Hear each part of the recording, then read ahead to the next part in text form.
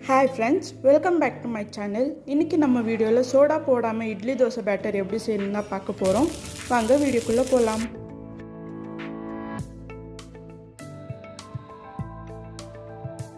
First பாத்தீங்கன்னா உளுந்து அரிசியும் 1:3 ரேஷியோல எடுத்துக்கணும்.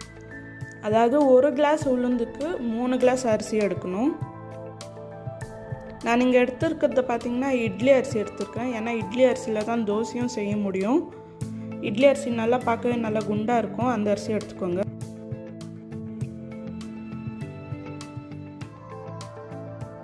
இது ரெண்டுமே பாத்தீங்கன்னா நான் ஒரு 4 to 5 டைம்ஸ் வாஷ் பண்ணி வெச்சேன். இதுல பாத்தீங்கன்னா நான் கொஞ்சமா வெந்தயத்தை சேர்த்துக்கிறேன். நீங்க கோல்டான ரீஜன்ல இருந்தீங்கன்னா இந்த ஸ்டெப்பை மிஸ் பண்ணாதீங்க. ஏன்னா அப்பதான் மாவு நல்லா ஃபெர்மெண்ட் ஆகி வரும். இதை நான் ஒரு 4 to 5 hours ஊற வச்சு கிரைண்டர்ல போட போறேன். நீங்கள் மிக்சர் வேணாலும் யூஸ் பண்ணிக்கலாம், பட் நான் கிரைண்டர் ப்ரிஃபர் பண்ணுறேன். ஏன்னா உளுத்தம் மாவு அப்போ தான் நல்லா ஃப்ளஃபியாக வரும். இதை நான் ஒரு 20 to 30 மினிட்ஸ் வரைக்கும் கிரைண்ட் பண்ண போகிறேன். பாருங்கள், பேட்டர் நல்லா ஸ்மூத்தாக இருக்குது. இதை நான் இப்போ ரிமூவ் பண்ணிட்டு அரிசி மாவு போட போகிறேன்.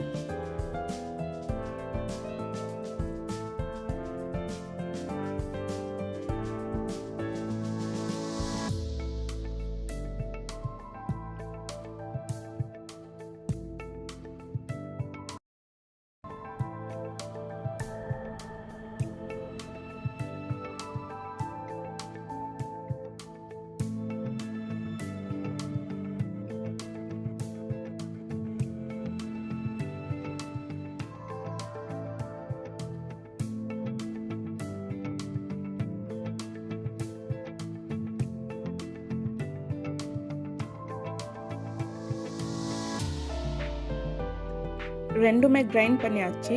இப்போ நான் இந்த உளுத்த மாவும் அரிசி மாவும் கையால் போட்டு மிக்ஸ் பண்ண போகிறேன்.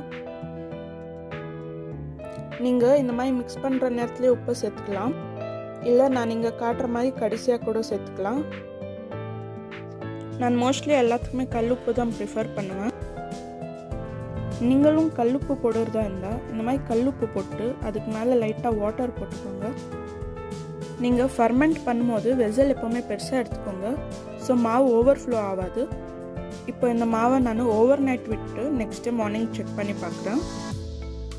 பாருங்கள், சூப்பராக ஃபர்மெண்ட் ஆயிருக்கு. இதில் நீங்கள் இட்லி, தோசை, ஊத்தாப்பம் எது வேணாலும் ப்ரிப்பேர் பண்ணி சாப்பிடலாம்.